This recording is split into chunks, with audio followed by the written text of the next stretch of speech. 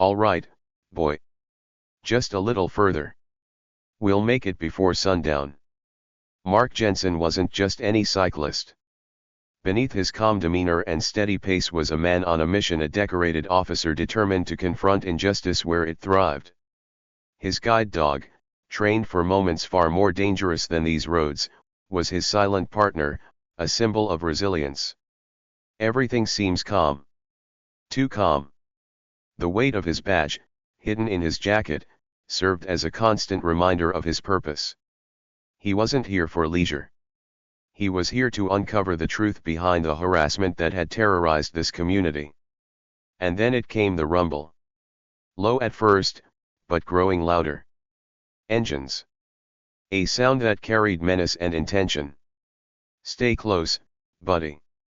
The bikers appeared, cresting the hill like a storm ready to engulf its target. Their laughter and taunts began even before they reached him, a cruel game to test his resolve. Hey, look at this guy. All alone out here. What's the matter, little man? Too scared to bring friends? Or maybe that mud is supposed to protect him. Mark kept his composure. Years of training had taught him not to rise to the bait. He tightened his grip on the handlebars, his voice steady and calm. Just passing through. No trouble from me. No trouble? Oh, you're in trouble already. You just don't know it yet. They closed in, circling him like predators. The air was heavy with intimidation, but Mark's resolve was unshaken. His guide dog remained poised, its presence a testament to their shared strength. This road doesn't belong to anyone. Least of all you. Oh, I get it. You think you're brave? But bravery's gonna get you hurt out here. Mark didn't flinch. He'd faced worse than this: prejudice, doubt, and countless moments of underestimation. His voice, calm and deliberate, cut through the jeers. Bravery gets you further than fear ever will. The bikers paused, caught off guard by his quiet confidence. But the lead biker wasn't ready to back down. He stepped closer, his grin twisting into something darker. You've got guts, I'll give you that. But guts don't mean much out here. Mark let the words hang in the air for a moment. His fingers brushed the badge in his pocket, a silent reminder of who he was and why he was here.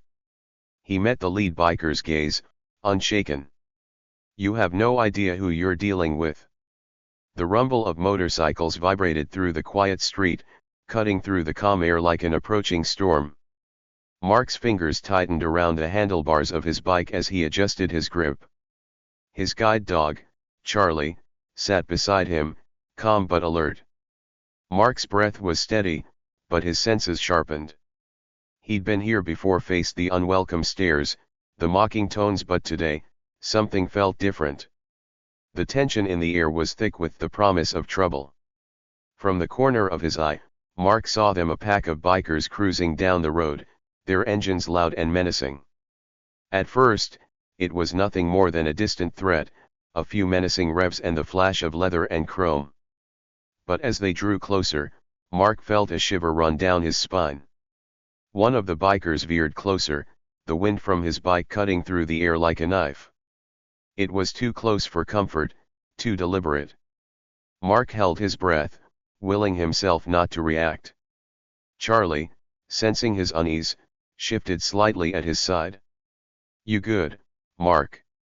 A voice whispered inside his mind, his own steady voice, but it was all he needed to hear. He was fine. He had trained for this. His mind went back to the lessons, the countless hours spent in the training hall, learning to stay calm, to not let his anger or fear take control. The biker pulled back at the last second, just as Mark had expected. A dangerous close call, a testing of his composure. Mark's heart raced, but he didn't flinch. You're lucky, blind man, one of the bikers yelled, the words carrying an edge of mockery. Mark didn't respond, his jaw clenching slightly. It wasn't the first time he'd been taunted for his blindness, but today, the sting felt sharper. The words lingered in the air, a reminder of all the times he'd been told what he could or couldn't do, what people thought of him. The past wasn't as distant as he wished it were. Another biker pulled up beside him, revving the engine in a taunting way. "What's the matter? Can't see where you're going." The group burst into laughter. Mark's grip on the handlebars tightened, but his face remained stoic. Charlie nudged his leg, offering silent support. He wasn't alone, not today, not ever. He wasn't just fighting for himself, he was fighting for every person who had ever been underestimated, for every individual who had been made to feel small. The pack of bikers slowed down, their engines cutting out as they encircled Mark, forcing him to a stop. The leader of the group, a tall, imposing man with a scar across his cheek, leaned in close. His sneer was as sharp as a blade. "Got something to prove, huh? You think you belong out here with us?" Mark took a deep breath, steadying himself. The noise, the hostility, it didn't matter. What mattered was how he reacted. He wasn't going to let them see him break. "Not here to prove anything," Mark replied calmly, his voice steady despite the pressure. "Just riding." The leader's sneer deepened, his voice turning even colder. "A blind man on a bike, riding. That's a laugh." Charlie growled low at the leader's feet, but Mark laid a hand on his dog's head, a silent command for calm. "You think that dog's gonna protect you? It's just a pet." The words hit harder than Mark expected, the insult curling like a punch in his gut. Charlie wasn't just a pet, he was family, the one who'd always been there for Mark, guiding him through the dark, never once leaving his side. "You don't know anything about loyalty," Mark said, his voice steady but firm. "Charlie isn't a pet. He's my partner, and I trust him more than I trust you." The leader chuckled, clearly unimpressed, but Mark could see the flicker of doubt in his eyes. He wasn't afraid, Mark could feel it. The man's bravado was starting to crack, and Mark wasn't backing down. As the taunts and insults continued to fly, Mark's mind raced. He thought about all the times he had been told no. All the times people had looked at him and thought he was less. He had carried that weight for so long. But now, the anger, the pain, it wasn't something that could control him. He had learned to rise above it. He had learned to stand tall even when the world tried to push him down. Inside him, a storm began to rage, but it wasn't a storm of fear, it was a storm of resolve. The hurt from all those years of being underestimated fueled him. The injustice he felt in this moment became a spark. "This is bigger than me," he thought, his mind sharpening. It wasn't just about standing up to these men, it was about proving that anyone, no matter who they were or what they faced, could take control of their destiny. It was about standing up to hate, to prejudice. The bikers began closing in, but Mark didn't flinch. His heart was pounding, his body tense, but he stood firm. He wasn't going to let them push him around. Not today. The leader reached out, as if to grab him, but Mark stood tall. "You wanna try me, do it? But you're gonna find out I'm not someone you can walk all over." For a moment, everything was still. The bikers were silent, their leader staring him down. Mark could feel his pulse in his throat, but he didn't blink. He wasn't backing down. Finally, the leader snorted and waved his hand. "Get out of here," he spat. "You're not worth our time."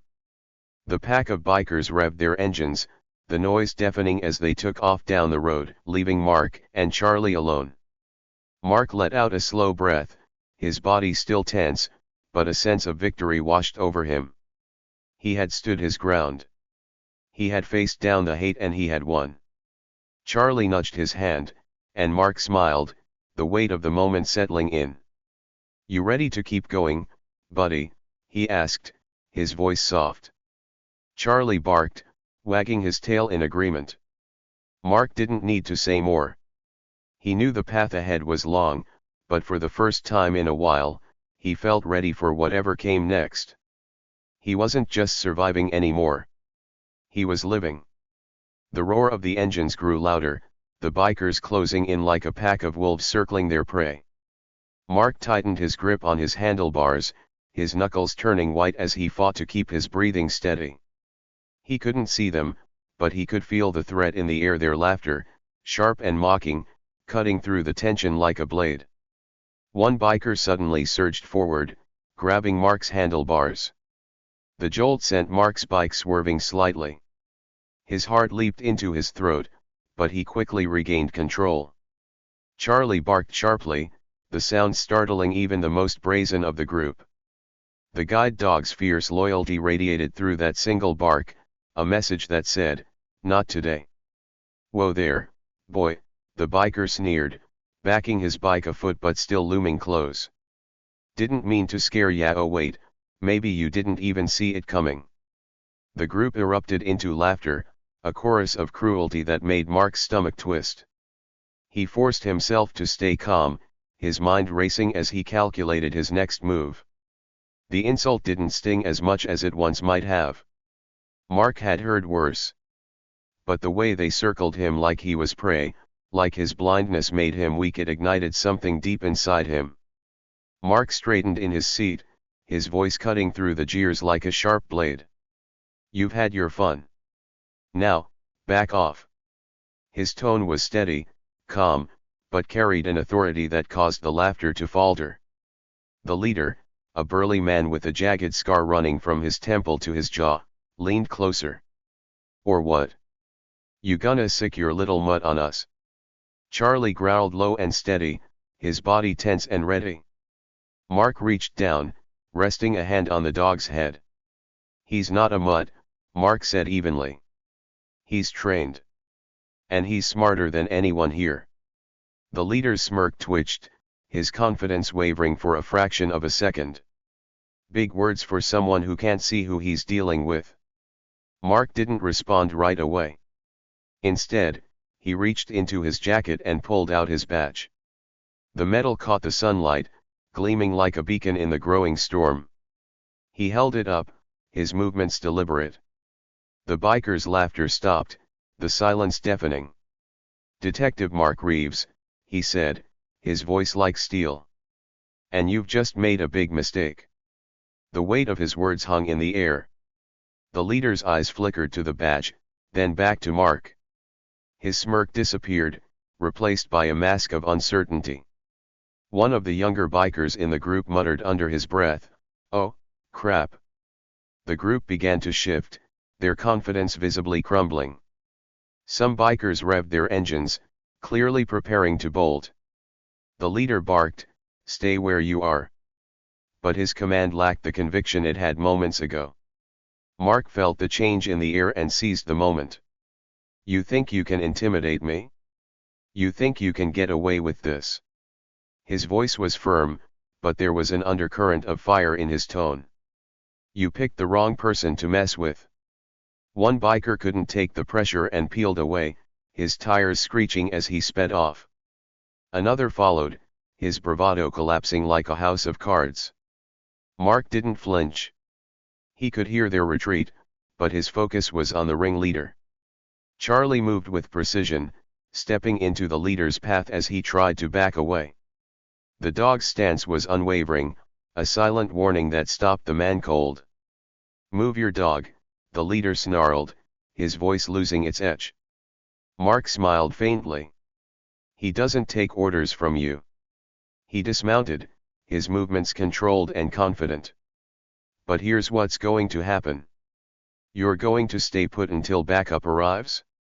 And if you try anything, I promise you, I'm trained for more than just words." Before the leader could respond, the distant wail of sirens filled the air. The sound grew louder, a promise of justice closing in. The leader's bravado cracked entirely as panic flashed in his eyes. "You've got no idea who you're messing with," the leader said, his tone desperate now. Mark took a step closer, his presence commanding. "No. You've got no idea who you're messing with. And this? This isn't just about me. It's about every person you've tried to intimidate.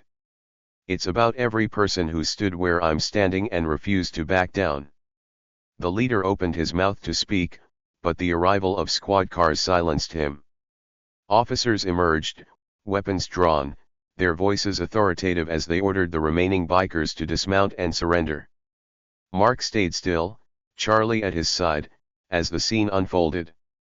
The bikers were handcuffed, their bikes impounded, their bravado replaced by quiet shame. As the leader was led away, he glanced back at Mark, a mixture of anger and something that looked almost like regret flickering across his face. Mark exhaled, the tension in his body finally releasing. An officer approached, his expression both professional and admiring. "You okay, detective?" Mark nodded, reaching down to ruffle Charlie's fur. "Yeah. We're okay." As the chaos settled, Mark stood tall, his heart full not with anger or bitterness, but with a quiet triumph. This wasn't just a victory for him. It was a victory for every moment of doubt he'd ever faced, every stereotype he'd ever shattered. Charlie wagged his tail, and Mark smiled. "Come on, buddy," he said softly. "Let's go home." And with that, Mark and Charlie walked away, leaving the echoes of prejudice behind, their resilience shining brighter than ever.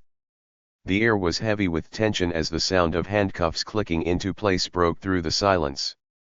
One by one, the bikers were led away, their heads hanging low as the officers guided them to the waiting squad cars. The leader, his defiant smirk now replaced with a hollow glare, looked back over his shoulder at Mark. It wasn't defiance anymore, it was recognition. A silent understanding that he had underestimated the wrong man. Mark stood tall, his posture unwavering. His guide dog, Charlie, sat calmly by his side, the epitome of quiet strength. The scene before them was a stark contrast to the chaos that had unfolded moments earlier. The serene countryside, with its rolling hills and soft breeze, seemed to exhale in relief as peace was restored. An officer approached Mark, his expression a mix of admiration and concern. "Detective Reeves," he said, his voice steady but respectful, "are you sure you're all right?" That was intense. Mark gave a small nod, his lips curving into a faint smile. "I'm all right, Officer Harris. Thanks for getting here so quickly. It's good to know backup's still reliable." The officer chuckled lightly, the tension easing just a fraction. "Reliable? Mark, you practically had it handled before we got here." That was impressive. Mark's hand rested on Charlie's head, a gesture of gratitude for his loyal partner. "I've had my share of practice," he said quietly. "And I've learned that sometimes, standing tall isn't just about strength, it's about not letting fear take over." As the officers secured the last of the bikers, the leader spoke up, his voice gruff but tinged with something almost resembling regret. "You think this changes anything? People like you, you're always gonna be a target." Mark turned his head slightly, the faintest of smiles playing on his lips. "Maybe," he replied calmly. "But people like me? We're not going anywhere. And every time someone stands up, it gets a little harder for people like you to keep going." The leader had no response. He was ushered into the back of a squad car, the door slamming shut with finality. Mark exhaled slowly, feeling the weight of the moment lift. His shoulders relaxed as he reached down to adjust Charlie's harness. The dog leaned into him slightly, a wordless reassurance that they were a team stronger together than anything that might try to tear them down. Later that evening, the story began to spread. It started with local news, a blind detective and his guide dog standing firm against a gang of bikers, but it quickly gained traction. Social media lit up with posts about Mark's courage, each one amplifying his story. Messages of solidarity poured in from people who had faced their own struggles against prejudice and harassment. One email caught Mark's attention. It was from a young man named Ethan, who described how he had been bullied for years because of his disability. "Hearing about what you did today gave me hope," Ethan wrote. It made me feel like maybe I'm stronger than I think I am. Mark read the email twice, his heart heavy but full. He thought about the countless people out there like Ethan, people who needed to know they weren't alone. His actions today were about more than just justice, they were about showing others that resilience could outshine any adversity. In the days that followed, the confrontation sparked larger conversations. Community leaders, activists, and even local politicians began to address the systemic issues that allowed prejudice to thrive. Mark's story became a catalyst for change, inspiring workshops, campaigns, and discussions aimed at breaking the cycle of harassment and discrimination. Mark watched it all unfold with a quiet satisfaction. He hadn't set out to be a symbol of resilience, but if his actions could make even a small difference, then it was worth it. He knew that every ripple started with a single act of courage. That night, as Mark prepared for bed, Charlie rested at his feet, his loyal presence a constant reminder of their unbreakable bond. Mark reached down, his hand running over Charlie's soft fur. "We did good today, buddy," he said softly. "We showed them what it means to stand together." Charlie wagged his tail, a silent affirmation. Mark lay back, his mind at ease for the first time in what felt like days. This wasn't just the end of a confrontation, it was the beginning of a new chapter. One where strength, resilience, and unity would continue to guide him forward. And as he drifted to sleep, Mark knew that he and Charlie were more than a team. They were a symbol of hope, a beacon for anyone still searching for their own courage.